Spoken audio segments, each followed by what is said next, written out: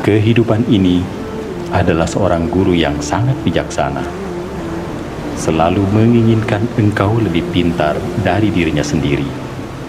Ketika engkau tidak paham mencerna pelajaran yang telah diberikan, engkau diberi pelajaran ulang, tetapi dengan cara yang lebih keras lagi, supaya engkau paham.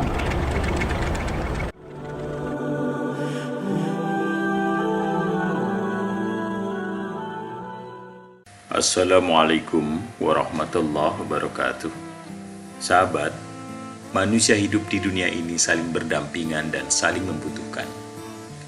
Demikian pula dengan kaum muslimin, satu dengan yang lainnya saling membutuhkan. Di antara bentuk saling membutuhkan antara seorang muslim dengan saudaranya adalah nasihat. Karena terkadang seseorang lalai sehingga perlu untuk dinasihati atau diingatkan. Dan ada beberapa risalah yang sederhana tentang nasihat-nasihat ini. Semoga Allah menjadikannya bermanfaat bagi kita semua, kaum muslimin, dan semoga membutuhkan dan tentu menimbulkan berkah serta pahala dari Allah Subhanahu wa Ta'ala. Yang pertama yang harus kita pahami adalah makna nasihat itu sendiri. Nasihat secara arti murni, sebagaimana makna taubat nasuha misalnya, adalah taubat yang murni, yakni yang bersih dari niat yang kotor, atau mukjam al-ma'ani. Adapun secara istilah, Al-Khattabiyah berkata, nasihat adalah kata yang mencakup arti memberikan kebaikan kepada orang yang dinasihati. Sedangkan Al-Jurzani berkata, nasihat ialah memurnikan perbuatan dari kotoran-kotoran kerusakan. Jadi, nasihat adalah perkataan yang berisi ajakan kebaikan dan larangan dari keburukan. Lalu bagaimana tingkat urgensi nasihat menasihati itu? Nasihat adalah sesuatu yang sangat penting dalam agama Islam. Para nabi diutus oleh Allah untuk memberikan nasihat kepada umatnya. Allah berfirman tentang jawaban Nabi Nuh kepada umatnya. Aku Nuh menyampaikan kepada kalian amanat Tuhanku, memberi nasihat kepadamu, dan aku mengetahui dari Allah apa yang tidak kamu ketahui. Al-Quran Surat Al-A'raf ayat 62. Allah juga berfirman tentang Nabi Hud.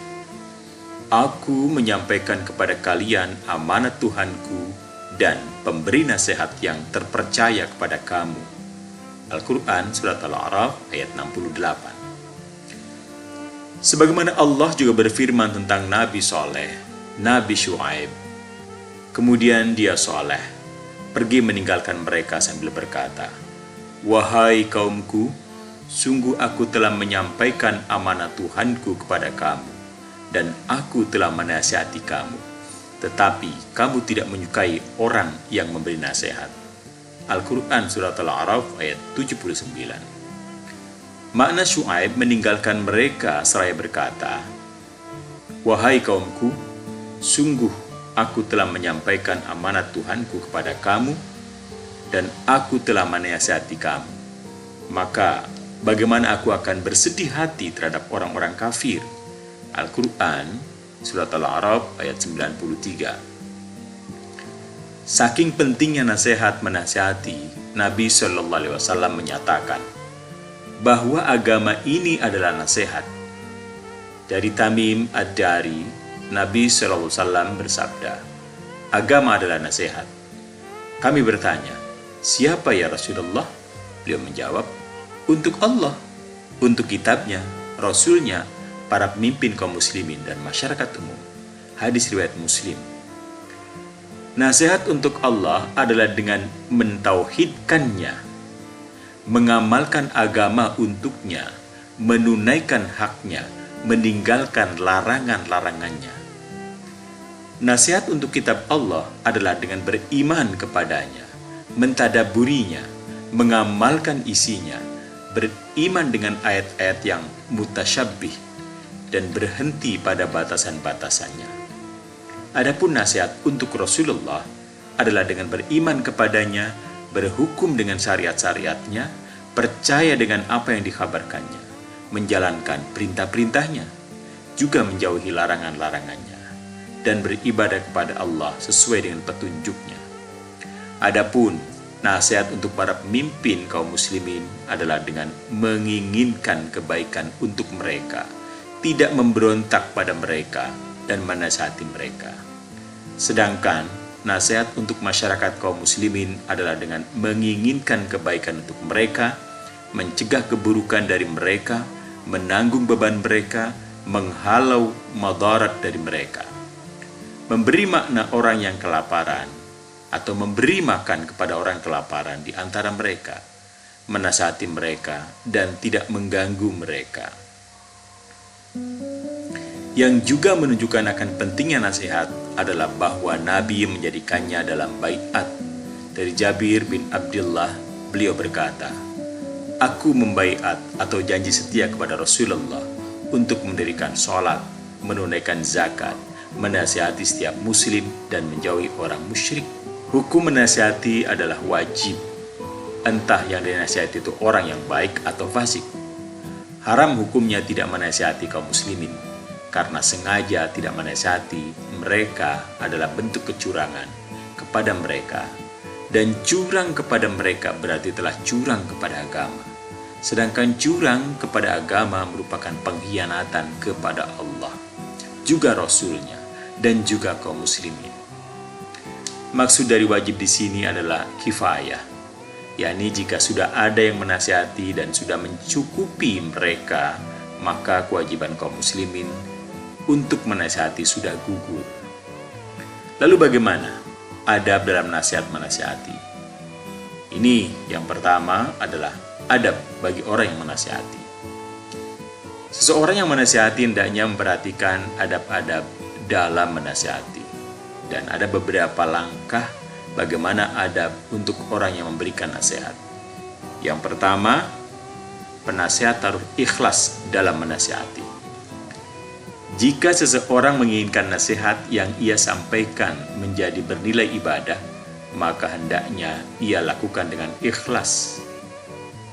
Al-Banna berkata, sesungguhnya jika nasihat itu didasari niat yang buruk, maka akan menjadi madarat untuk orang yang dinasihati karena terbongkarnya aib. Maka kewajiban kita adalah menjadikan nasihat itu murni dan jernih hanya untuk mencari ridha Allah. Kemudian yang kedua, tidak menasihati secara terang-terangan.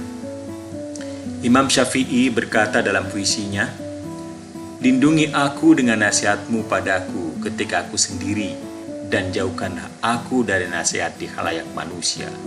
Karena sesungguhnya nasihat di khalayak manusia adalah bentuk celaan yang tak rela aku mendengarnya." Dan dahulu Rasulullah jika ingin menasihati salah satu sahabatnya atau seorang hadirin di majelis, beliau berkata, "Mengapa suatu kaum melakukan ini dan itu? Dan kenapa seseorang dari kalian melakukan ini dan itu?" Dikatakan dalam sebuah ungkapan, "Nasihat itu berat, maka jangan aku jadikan gunung dan jangan kau jadikan aku berdebat." Yang ketiga, adab bagi penasihat adalah berusaha menjadi teladan. Dahulu ada seorang yang mengirimkan surat kepada temannya yang isi suratnya tersebut, "Nasihatilah orang lain dengan perbuatan. Jangan kau nasihati mereka dengan perkataan." Lalu, bagaimana adab bagi yang dinasihati? Selain orang yang menasihati, orang yang diberi nasihat juga hendaknya memperhatikan adab-adabnya sebagai orang yang dinasihati. Adapun adab-adabnya yang pertama adalah menerima nasihat. Dikatakan dalam sebuah ungkapan, "Terimalah nasihat kebaikan, bagaimanapun cara menasihati itu disampaikan, dan sampaikanlah nasihat itu dengan cara yang baik dan sebaik mungkin." Yang kedua, berhentilah melakukan keburukan setelah dinasihati. Allah berfirman, "Dan apabila dikatakan kepadanya, bertakwalah kepada Allah, bangkitlah kesombongannya untuk berbuat dosa, maka pantaslah baginya neraka jahanam, dan sungguh jahanam itu tempat tinggal yang terburuk. Al-Quran Surat Al-Baqarah ayat 206. Yang ketiga, bagi yang dinasihati harus punya sikap berterima kasih kepada yang menasihati. Setelah menerima nasihat, hendaknya seseorang berterima kasih kepada yang menasihatinya. Umar bin Khattab berkata, "Orang yang paling aku cintai adalah orang yang menjelaskan aibku kepada aku." Ini ada beberapa buah manis yang saling dari orang yang saling menasihati. Ketika kaum muslimin mau menerapkan apa yang diperintahkan oleh Allah dan Rasul-Nya, maka pasti akan membuahkan manfaat. Karena Allah Maha Bijaksana, jadi pasti apa saja yang Ia perintahkan ada hikmah dan manfaatnya, meskipun seringkali kita tidak mengetahuinya.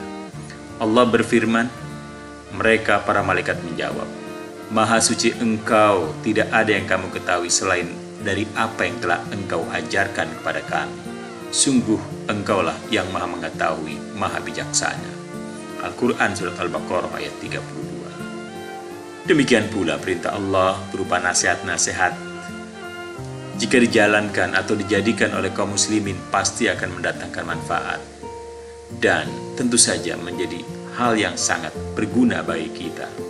Semoga bermanfaat. Dan jangan lupa untuk senantiasa bersyukur kepada Allah Subhanahu wa Ta'ala atas semua karunia yang telah diberikan kepada kita kaum muslimin. Dan jangan lupa selalu bersyukur. Terima kasih.